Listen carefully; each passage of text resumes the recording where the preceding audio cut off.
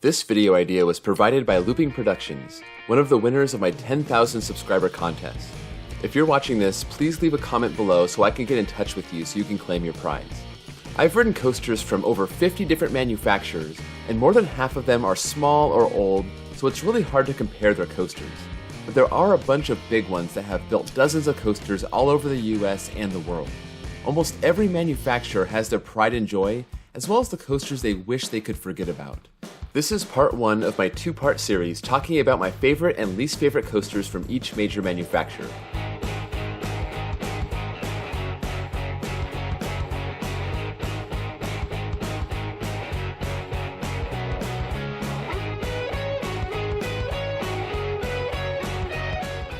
So even though this video will only be about my personal favorites and least favorites for these manufacturers, if there is a coaster out there that I haven't ridden that I think would be the best, I'll let you know. Let's kick this off with a classic, Schwarzkopf. Is there a bad Schwarzkopf out there? Not of the 12 that I've experienced. The gap between the worst and the best is pretty narrow. There are no Schwarzkopf coasters in my top 50, but also none in my top 20 worst coasters either. But for the worst one, I'm gonna go with Scorpion at Busch Gardens Tampa. It may be smooth and intense, but it's short, it lacks any landscaping, it features just one inversion, and it gets buried in the rest of the park that's full of great coasters. As for my favorite, it's Shockwave at Six Flags Over Texas. This is also a ride on the shorter side, but features the incredibly intense back-to-back loops, and then pulls some intense negative Gs in the second half of the ride. Is Shockwave the best Schwarzkopf out there? Probably not.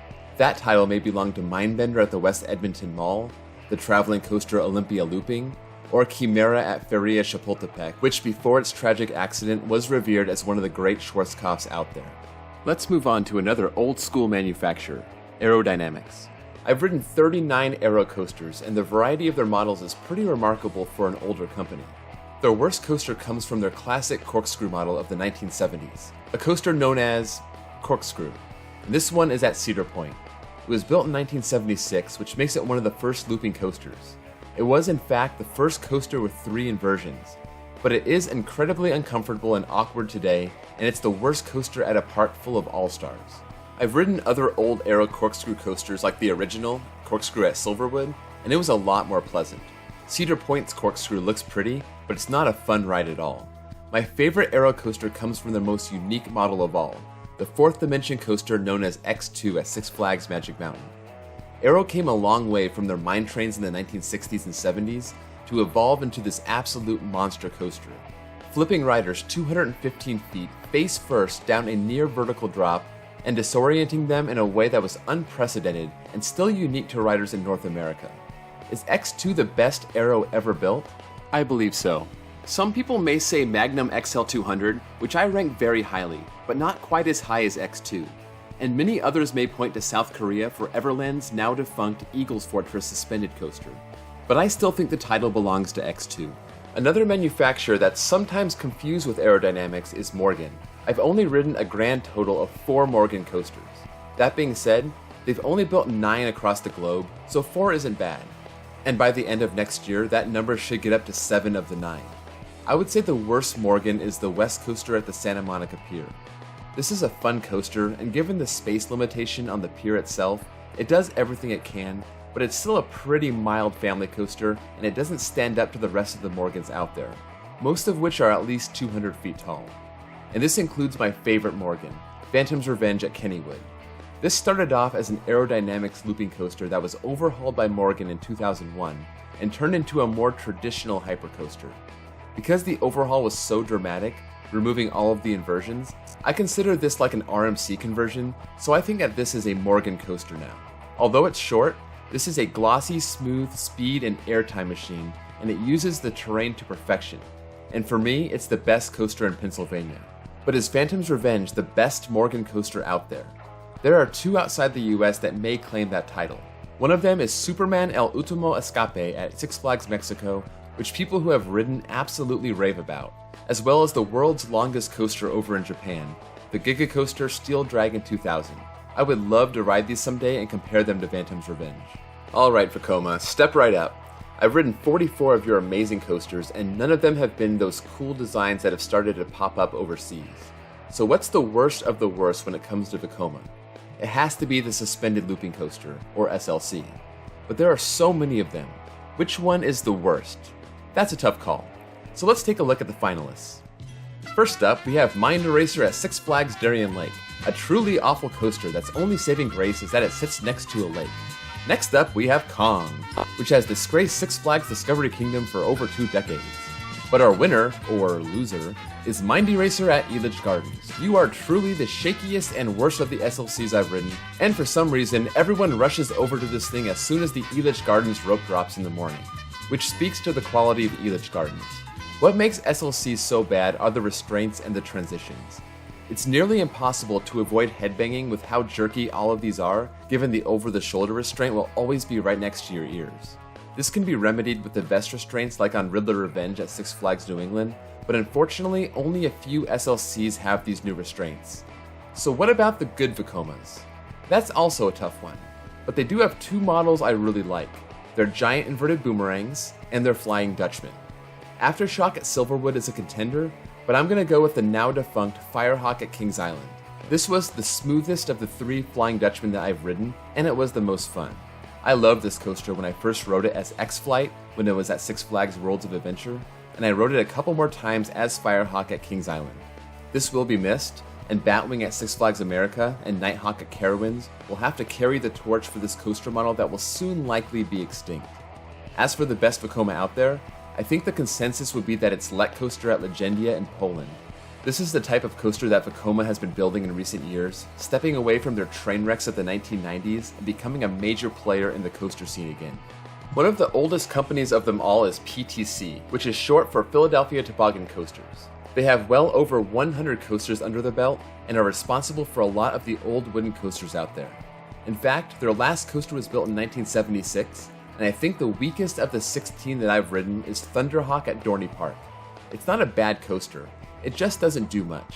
I know that PTC is also responsible for smaller family coasters like Black Diamond at Knoebels and the Woodstock Express coasters at the Cedar Fair parks, as well as some rough coasters like the Great American Scream Machine at Six Flags Over Georgia.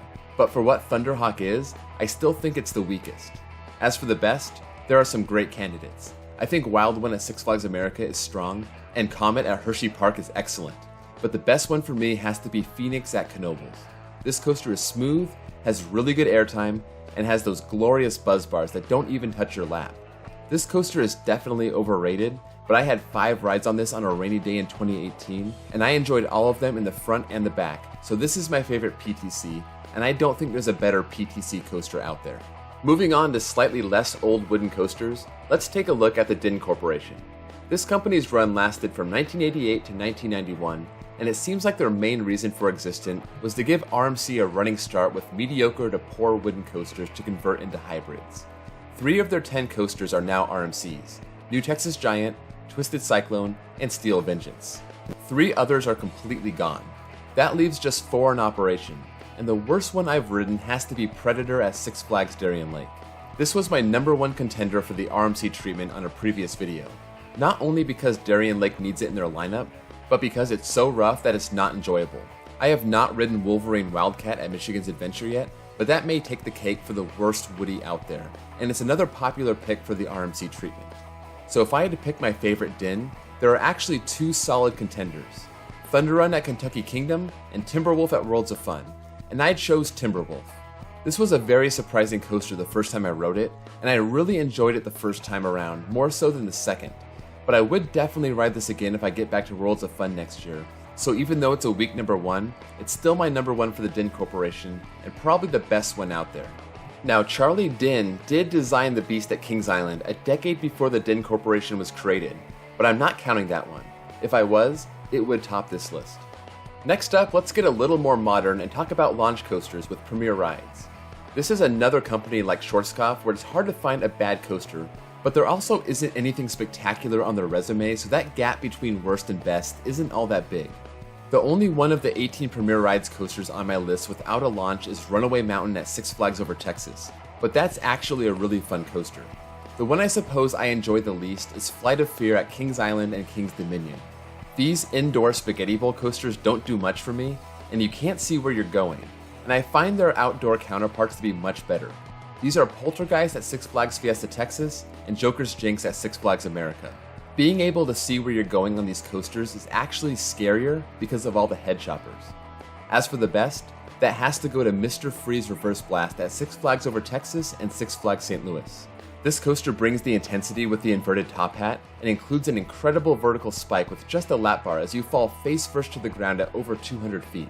It's not a long ride, but it packs so much into it that it makes it the best Premier Rides coaster I've been on, and I believe it's the best coaster Premier has to offer. Here's one you didn't see coming, Zierer. This German company is well known for making family coasters and have built almost 200 coasters around the world. 6 of the 9 Zierer coasters that I've ridden are family or kiddie coasters, so it's hard to pick which one is the weakest because they all seem to do what they're meant to do. So I'll give this dishonor to Jaguar at Knott's Berry Farm. I don't dislike this coaster, but it just has a really weird, jerky layout that gives you a little tour of the corner of the park, and it's a skippable coaster when you visit Knott's.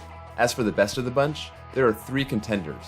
Impulse at Knoebels, Verbolten at Busch Gardens Williamsburg, and the one that I'm choosing as the winner, Wicked at Lagoon. The upward launch over the top hat is one of the greatest and most unique roller coaster experience I've ever experienced. And although the rest of the ride isn't much other than the zero-G roll, the elements it does have makes it my favorite Zierer coaster, and as far as I know, the best one they've made. Though if anyone watching is aware of anything they've done outside the US that deserves consideration, let me know. Let's wrap up this first installment with a lot of people's favorite manufacturer, Intamin. I've ridden 30 Intamin coasters, but somewhat surprisingly, only 4 of them crack my top 50. Intamin is known for their innovation and variety of coasters on here, from bobsleds to launched inverts to woodies to giga coasters. But picking the worst and best Intamin coasters was not hard at all. In fact, my all-time least favorite coaster as well as my all-time second favorite coaster were both made by Intamin. So let's start by taking out the trash. Green Lantern First Flight at Six Flags Magic Mountain, soon to be Vipère at La Ronde for the 2020 season. This terrible coaster managed to be boring and torturous at the same time despite having only 810 feet of track. Hopefully La Ronde can implement modified trains in order to allow the cars to flip more so the ride is less awkward and painful. On the flip side, there's no doubt in my mind that my favorite Intamin is El Toro at Six Flags Great Adventure, a prefabricated wooden coaster that has the greatest drop I've ever experienced and some of the strongest airtime on any coaster. I've never had a bad ride on El Toro. I'm not even sure if that's possible, and I'm so happy that America got one of the 4 Intamin prefabricated wooden coasters, even if it's on the opposite coast from me. But is El Toro the best Intamin in the world? I think another prefab would have something to say about that. T-Express at South Korea's Everland.